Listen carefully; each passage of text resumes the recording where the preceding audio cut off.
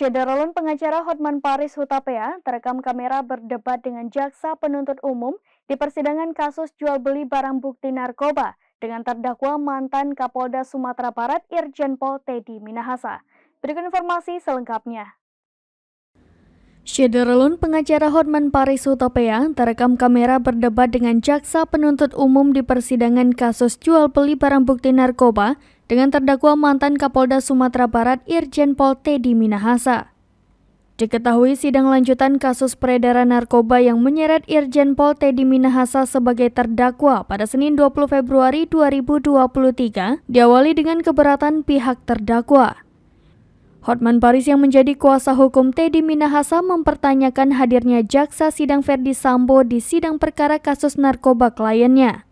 Pasalnya, terdapat perubahan komposisi tim jaksa penuntut umum yang bersidang pada perkara ini. Diketahui jaksa yang dipertanyakan Hotman Paris adalah jaksa Paris Manalu. Paris Manalu merupakan jaksa yang ada di sidang perkara pembunuhan Brigadir J yaitu Ferdi Sambo, Putri Chandrawati, Ricky Rizal, Kuat Ma'ruf, dan Richard Eliezer. Jaksa Paris Manalu bahkan adalah jaksa yang membacakan tuntutan 12 tahun penjara untuk Richard Eliezer. Hotman Paris kemudian mempertanyakan kehadiran Paris Manalu dalam sidang kliennya itu. Mendengar hal tersebut, jaksa lainnya menjelaskan bahwa meski Paris Manalu merupakan jaksa di sidang Sambo, Paris Manalu juga merupakan jaksa di sidang Teddy Minahasa karena jaksa merupakan satu kesatuan. Kemudian Paris Manalu membawa sebuah dokumen yang diduga berisi nama-nama jaksa yang hadir ke persidangan tersebut untuk diperlihatkan ke hakim ketua.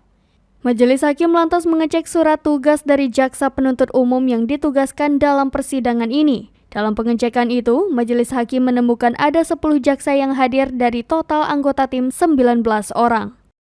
Demikian informasi terkini Syederalun, saksikan terus berita lainnya di kanal YouTube Serampi News, website dan Facebook serampinews.com.